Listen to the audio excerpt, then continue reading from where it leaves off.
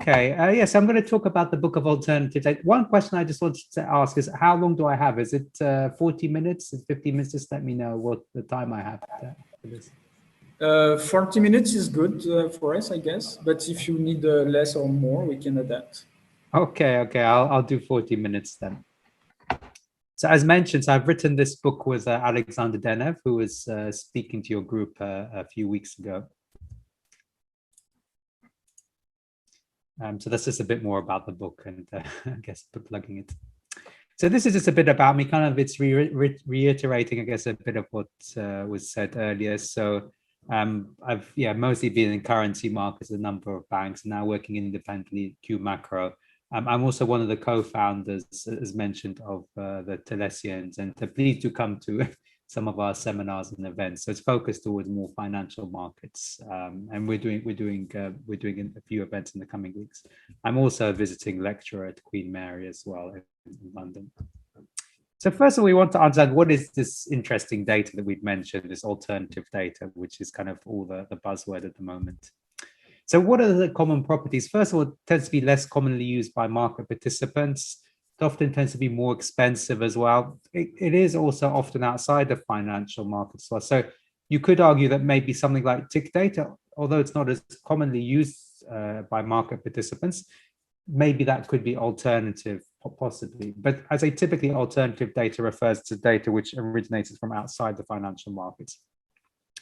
Often it has a shorter history, it's more challenging to use, and a lot of it is exhaust data, essentially a byproduct of other processes. And then particularly these days, you leave a digital footprint behind, whether you're an individual or corporate, depending on your activity. Like if you use your mobile phone, you'll leave a trail behind you, all the websites that you view, emails that you read, and so on. So there's all this type of digital activity which leaves a footprint.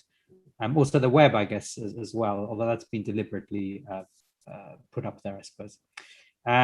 This digital footprint, which is electronically recorded, has resulted in a rapid rise in the number of alternative data sets which are available for purchase, essentially. And also, if you have some of these alternative data sets, you could potentially use it as a revenue stream for your business as well. One thing that I would say is that alternative data is not necessarily always big data, but it can be. So sometimes you might use the terms interchangeably, but some alternative data can be also small data as well. So these are kind of some of the alternative data sets that we have available. This is not an exhaustive list of the various areas, but it is nevertheless kind of like I would say a good summary of some of the things which are out there. So kind of the one that everyone always talks about is satellite and aerial imagery. That's kind of the glamorous one. Also location data, text-based data. So we just had the talk now about Finbird. So a lot of the input to that type of model could be things from the web, social media, newswire, could also be internal data from a company. Consumer transactions derived from credit card transactions, but also email receipts as well. Corporate data as well, maybe relating to the supply chain, could be one example of this. Market data is kind of a bit kind of more unusual forms of market data, I would say, could potentially constitute alternative data. So things like high frequency tick data, maybe flow data, crowdsourced data as well. So in particular, things like alpha capture, analyst estimates, and so much more as well. So this is just a very brief overview of the types of things which you could classify as alternative data. And all the time you're getting new data sets essentially coming onto the market. So let's just describe what big data is, because it can sometimes be alternative data. I'm sure you've seen this description, but I thought for the sake of completeness, I wanted to go over it again. So one is that you have an increasing volume of data. The variety of it is increasing as well. It's not just numerical data these days. It can be text, image, video, and so on. The velocity is increasing, so the speed that data is being generated is increasing. Also, the variability is increasing in terms of identifying inconsistencies in the data. Veracity is also an issue as well, so it's difficult to tell if this data is accurate, in particular things on social media. And I would argue also the value of this data is increasing over time because there's more ways of monetizing it. So how do we value alternative data? First of all, I guess one aspect of alternative data is kind of the main selling point is that a signal from a less common data set may decay less quickly, essentially, because there's less people in the market trading it. And in terms of understanding the monetary value of the data is twofold. One is the market value, how much is somebody willing to pay for it, but also the economic value, how much it costs to make, and so on. For the point of view of a buy side firm or just a trader in general, I guess the key question is, does it increase my ability to make money from the market? Does it add specific value for me to trade? And this depends on multiple things. So you might find some participants value a data set, but others don't, just because of the way that they trade.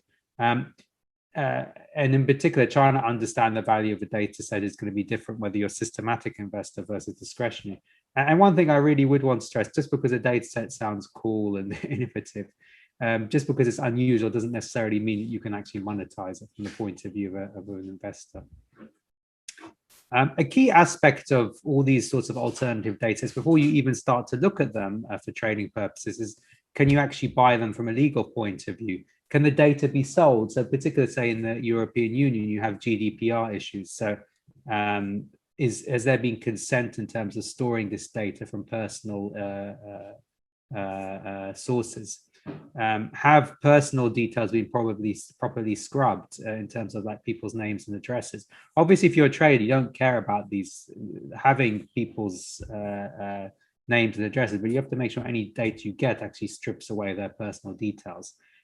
It could be also that you need to aggregate the data before it's sold. So if, for example, you have mobile phone location data, it might not have the name of the person, but if you have that data and you sell it and it basically shows people's commuting route, you can tell immediately where they live, and then from that who they are, and also where they work as well. So potentially you need to kind of blur that so that it will only show them within a certain area, essentially, if you're selling it.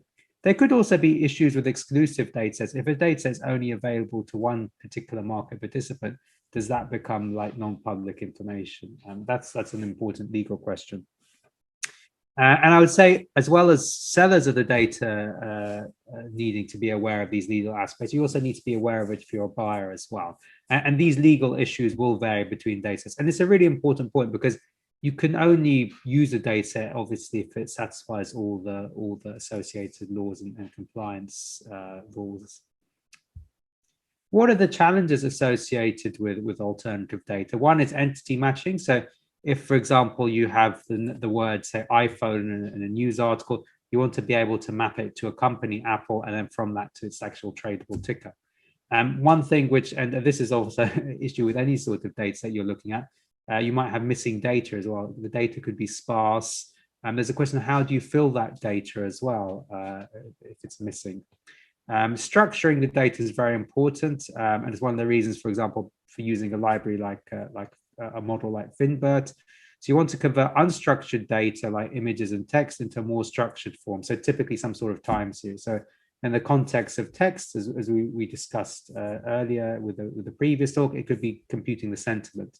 That's one way to aggregate what is an unstructured data source into a numerical value, which you can trade off the back of. And as well, just like with other data sets, alternative data can have issues in terms of outliers as well. So in amongst all these data, how do we find the right one? And one thing that I would say is often you need to have a consideration of what the question you want to answer in a hypothesis. So that's kind of a hypothesis-driven approach. The data-driven approach is you just start with lots of data and then you try and kind of mine the signal out of it.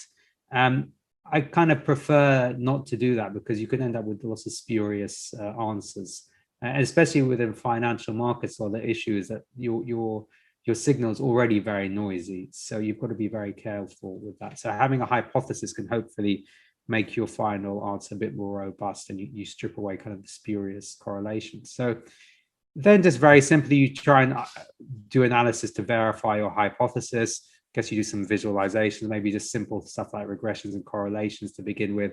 And then maybe later on, if you can find some sort of correlation between your variables and what you're trying to forecast, then you create some sort of market model. And again, just to reiterate, not every alternative data set will be useful for your purposes. So typically you might end up going through many data sets before you find something that's usable for you.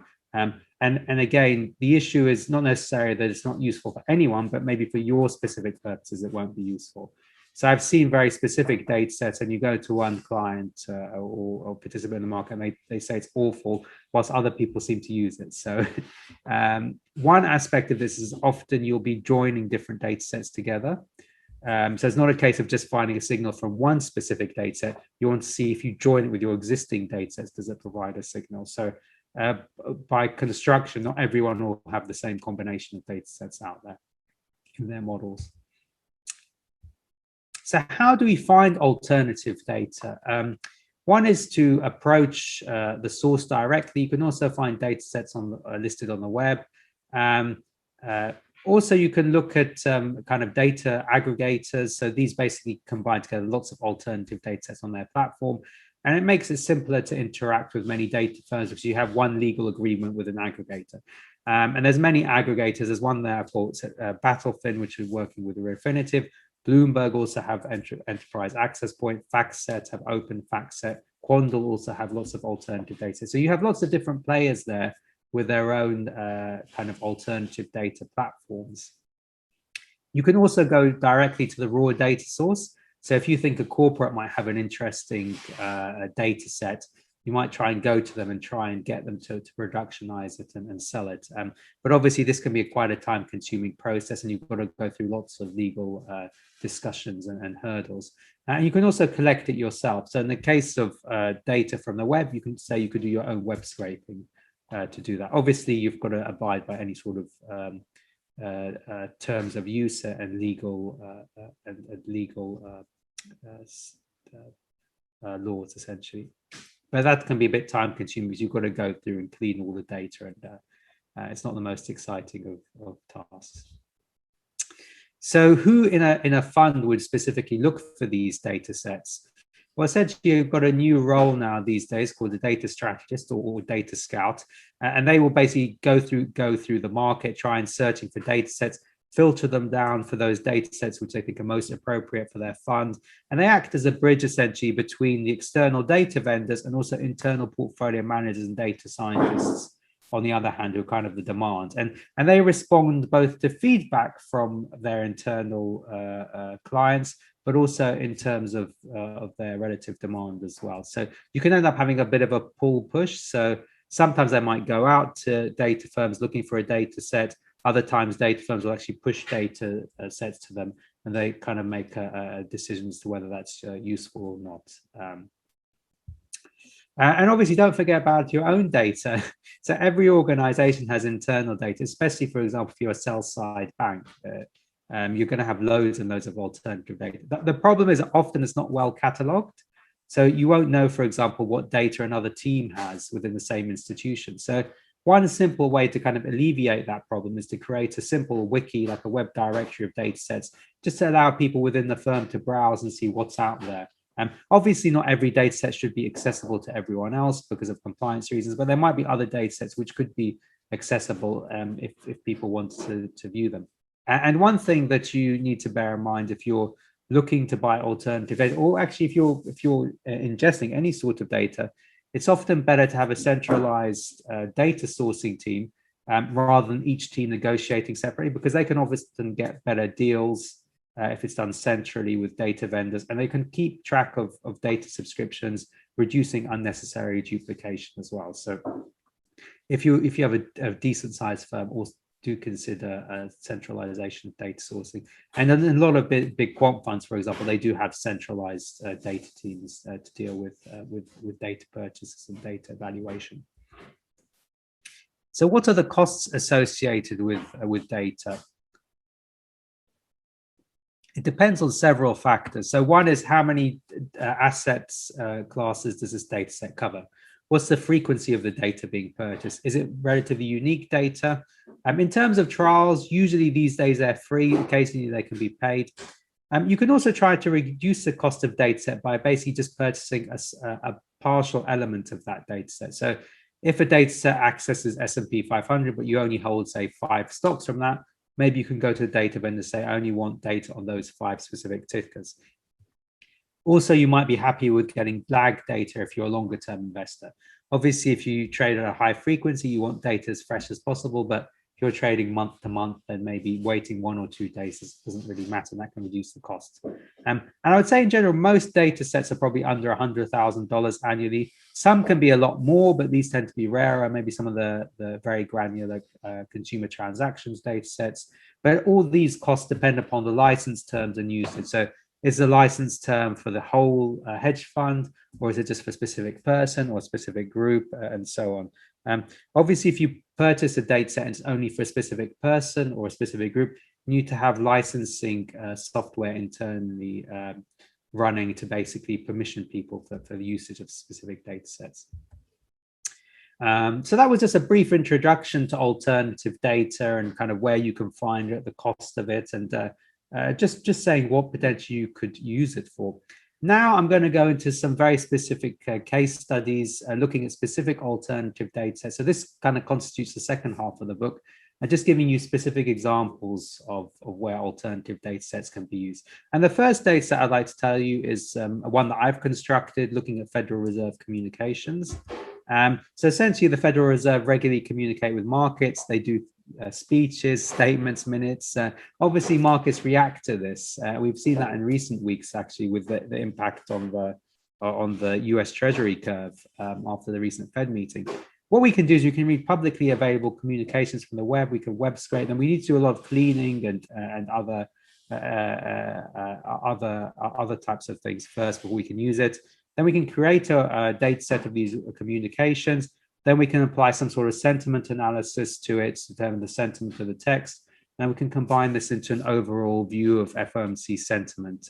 Essentially, the idea is that positive sentiments will be kind of hawkish, indicative of higher interest rates.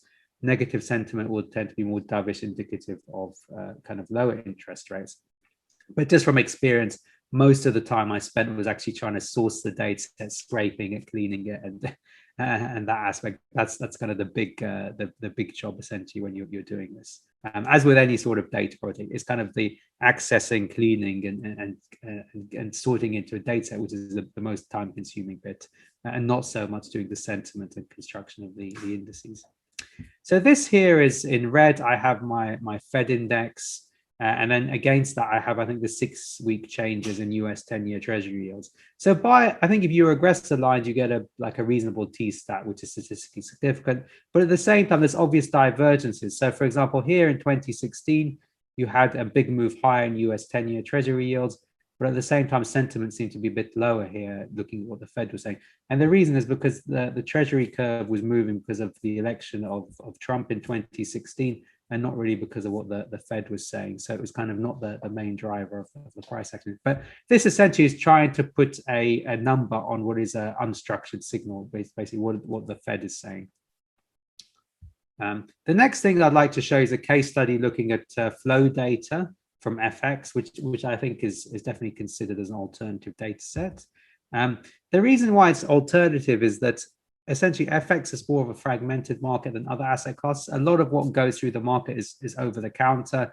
You've got lots of different trading venues. There's also bilaterally traded as well. So it's difficult to find comprehensive FX volume and flow data. So CLS basically settle most of the over-the-counter deliverable FX. So they see over 50% of the market, some currency pairs like euro, dollar, and dollar yen.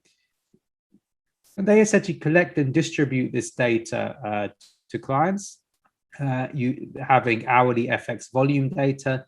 They also have hourly FX flow data, which has been basically categorized for various price takers as well. And the data goes back a relatively a good distance and going back to 2012, essentially. So what I did is I basically took the fund's FX flow data, one of the subcomponents of that, just because it tended to be more directional and it also had quite a good positive correlation with spot. I then created a simple Z-score from that, and then I applied a relatively straightforward trading rule. So you can see that here. My fund flow score here is in orange, and essentially whenever it's positive, I buy, and whenever it's negative, I would have. Whenever it's above 1, I would buy, and above and below -1, I'd flip to a sell signal, basically. So the idea is you piggyback off the flow from funds. If you look at, say, corporate FX flow, then the direction will be different. So typically you'd want to go against them. But I ended up looking at the funds FX flow because that seemed to be quite good as a signal in terms of directionality. And I created some trading. So that using that trading rule is basically here in orange.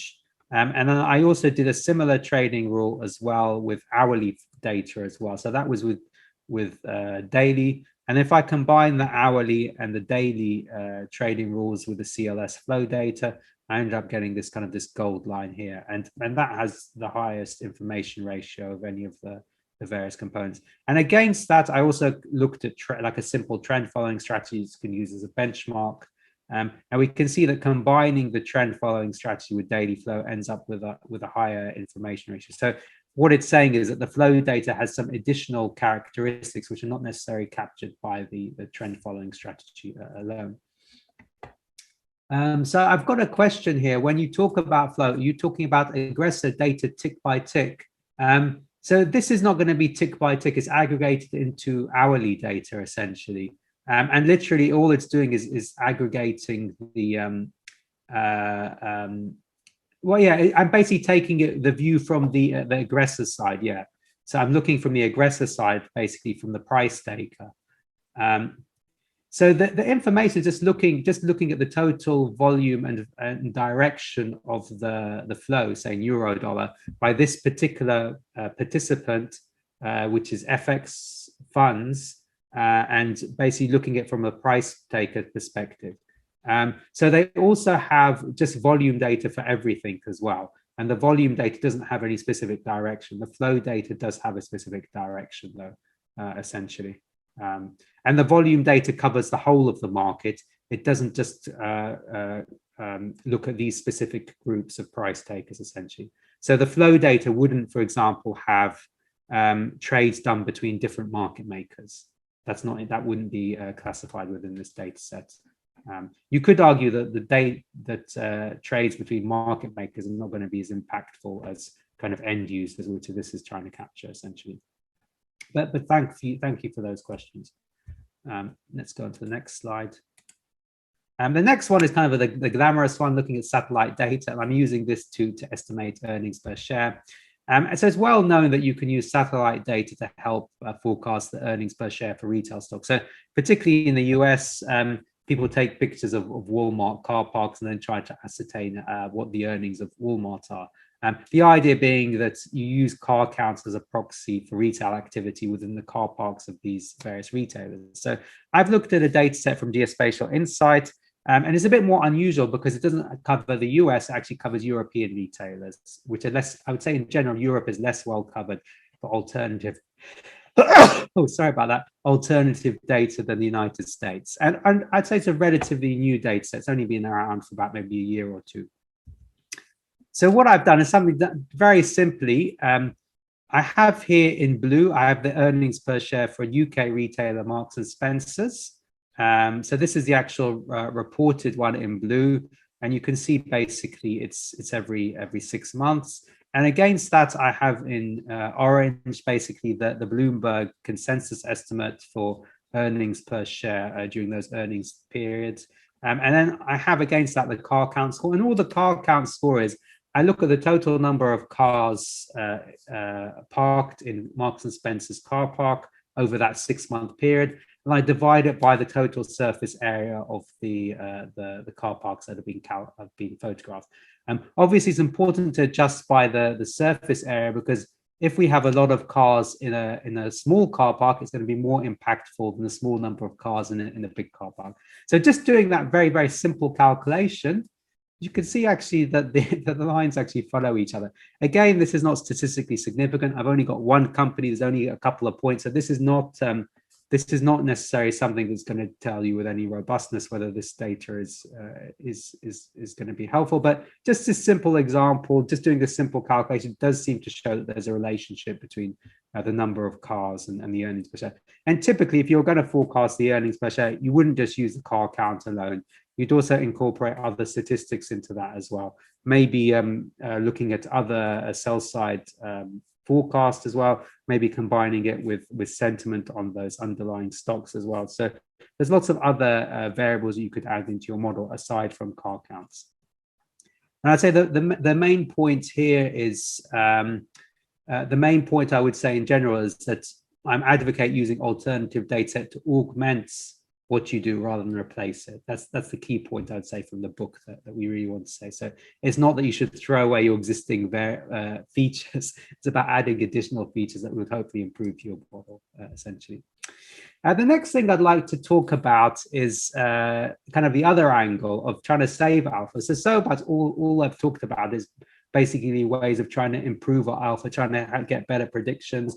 But the other aspect of trading is we want to reduce our costs of trading as well to save alpha. So can we use data essentially to kind of reduce our cost of trading? And this is becoming increasingly important in recent years to actually keep a handle on your transaction costs.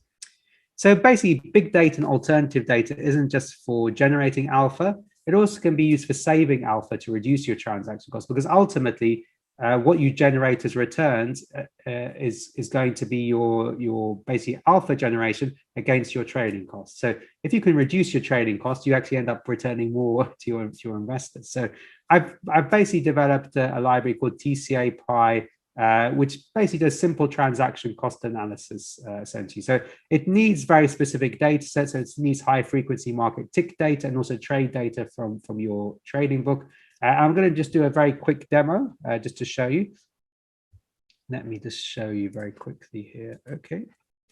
So this is, by the way, this is open source. You can get this from GitHub. You can download it, play with it as you want. So, but then I've basically got it up here. So this is like the GUI version of it.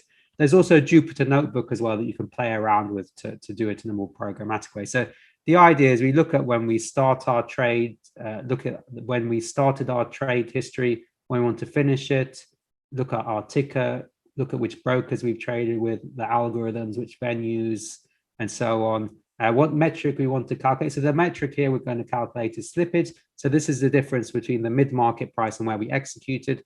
So if let's run this calculate thing here. Let's run it. Okay, so it calculated there in 2 seconds. First of all, we can see where our orders were. So our orders have a start time and an end time. Obviously, the green ones are the ones we bought. The red ones are the ones we sold. We can zoom in here. We can click on the individual orders. We can look at the markup, which gives you the price before and after. We also have a PDF as well, giving you a distribution of our slippage. So typically your slippage is going to be skewed slightly to the left because we're usually paying money to our liquidity providers. But what you can do is you can compare between the slippage between when your buy orders and your sell orders. You can also compare the slippage as well between different liquidity providers as well to see if one of them is charging you more than others. We can also look as well at execution level. These are points in time as well. We can zoom in. We can click on the various executions and we can chart. And yeah, all of this is open source, so you can get this off the GitHub site. So any feedback of any of my open source stuff, please do give it back to me as well. So that's just like a simple way of basically using all these interesting data sets to kind of understand your transaction costs essentially. There we go. And that's just going through what I was talking about essentially earlier, looking at understanding your transaction costs. Okay. And this has a few more plots as well. So this is, for example, trying to compare different venues as well. So you might want to find which venue offers you the best transaction costs as well. And the open source version actually uses as a free data source called Dukascopy as well. So you don't need to pay for a specific data set in order to use it, by the way.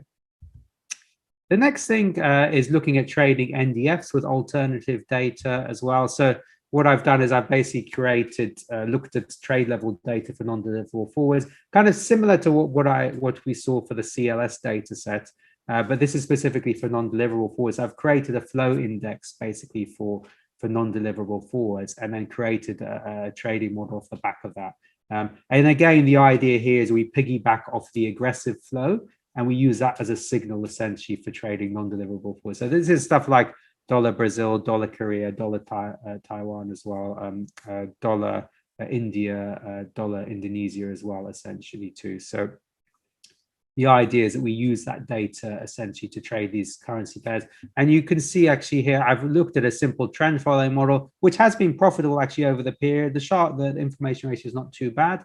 But then we have this data set using alternative data, essentially flow data based on trade level data, and actually performs quite a bit better. Although there is some correlation between the various data sets as well. Thanks for the kind comment in the chat there from Roberto as well. I appreciate that. So essentially, trade level data is not just something you see in non-deliverable markets. It's also, you can see it in corporate bonds, also FX options. There's many different sources like DTC, Trace data. There's also MiFID sources. But the difficulty is a lot of this data requires a lot of cleaning and structuring in order to use it. So it's one of the reasons why people typically go to aggregated data vendors such as CLS to look at this, or also to liquidity providers who might have this data as well. One thing I would say, for example, is in some markets you can't get access to trade level data. So the only way to access is in some sort of aggregated form. So it really depends on the asset class you're looking at.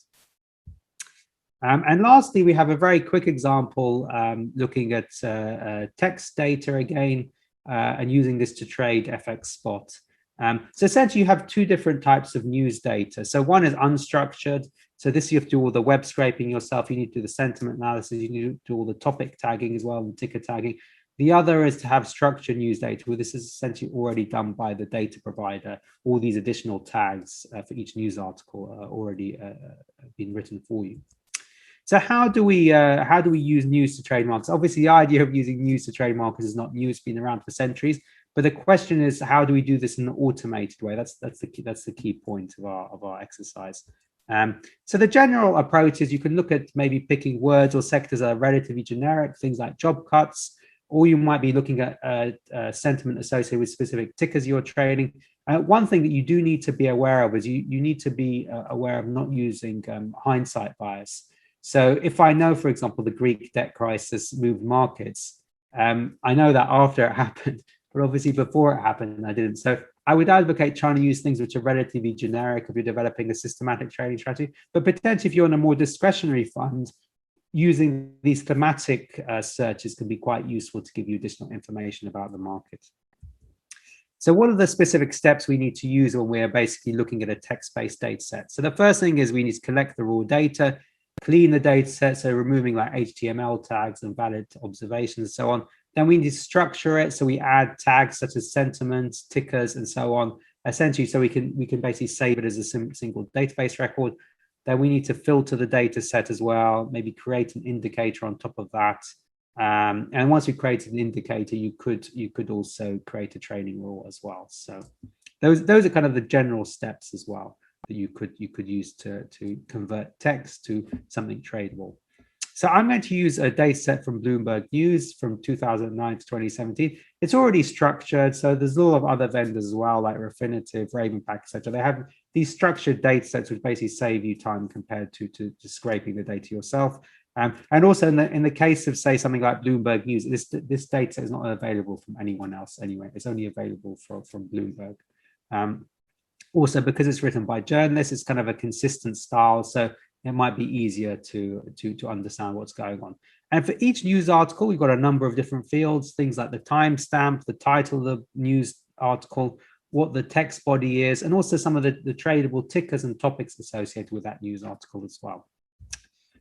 So I'm going to use this data set for trading FX. I'm going to focus on the sentiment the news associated with the tickers that I'm trading. So tickers associated with euro, sterling, Aussie, Kiwi, dollar, CAD, and so on, essentially. And later on, I'm also going to look at topics associated with the Fed and also ECB. I could have chosen many other relevant macro topics as well, but these are for the sake of my article, my research paper. This is what I'm going to look at. And the idea is we want to prune our search space to what we think will be the most relevant topics for our assets that we're trading. So I cleaned the body text slightly. I ignored very short articles. I applied a simple sentiment analysis using open source libraries. I think actually these days, actually they have their own sentiment field anyway, but in the past there wasn't that. But I aggregated these high frequency observations into daily observations. I also then created a Z-score for each currency and topic based on the sentiment and also secondly on the news volume. So this is just showing you the dollar-yen score. So the dollar-yen score is simply the dollar score minus the yen score. And I'm looking at trading the short-term momentum in news sentiment. So if we have it positive, essentially, that means buy dollar yen. If it's negative, sell dollar yen. That's all. There's nothing complicated about it. And then here I report the risk-adjusted returns for my news-based trading raw and blue, and also the trend following benchmark. And you can see that actually during this period, trend following didn't do too great, and news outperformed, I think, in nearly every single case. And also, there's not much correlation between news and trend as well. You notice in this instance. And then as a basket as well, you can see again, news outperformed trend during this period. One thing I would say with trend is actually after this period, it actually performed relatively well. So I think in 2020, it performed relatively well. So I'm not sure what the news strategy would have done going forwards. One thing though is the news outperforms in most years, but in some years, in particular 2010, actually underperformed the trend following strategy. But the key point is this short-term news momentum strategy is not just another variation of trend. A lot of times when you do stuff in FX, you just find it's trend or carry again. So I really just wanted to stress that it is a slightly different strategy. And then here we look very quickly at news volume. And what we find is actually with news volume, there's basically a correlation between the amount of news written on an asset and the underlying implied volatility of that asset, which makes sense. If nothing is happening, it's probably the asset is not moving very much. If a lot is happening, then people are going to write about it. So it kind of makes sense from that perspective. The last thing that I want to look at is looking at FOMC and ECB days and looking at the behavior of overnight euro-dollar volatility on those days. So I've plotted here for FOMC days and ECB days, euro-dollar overnight volatility. I'm ignoring all the other days. I'm only focusing on the central bank meeting days.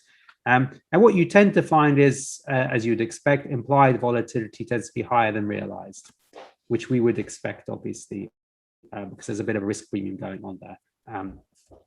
And then I also have the add-on, which is basically I've got a simple model for estimating how much more expensive the option is because of ECB versus other days as well. So again, that's, I think, roughly speaking, it's around 4 vol points, which I think is in line with market expectations.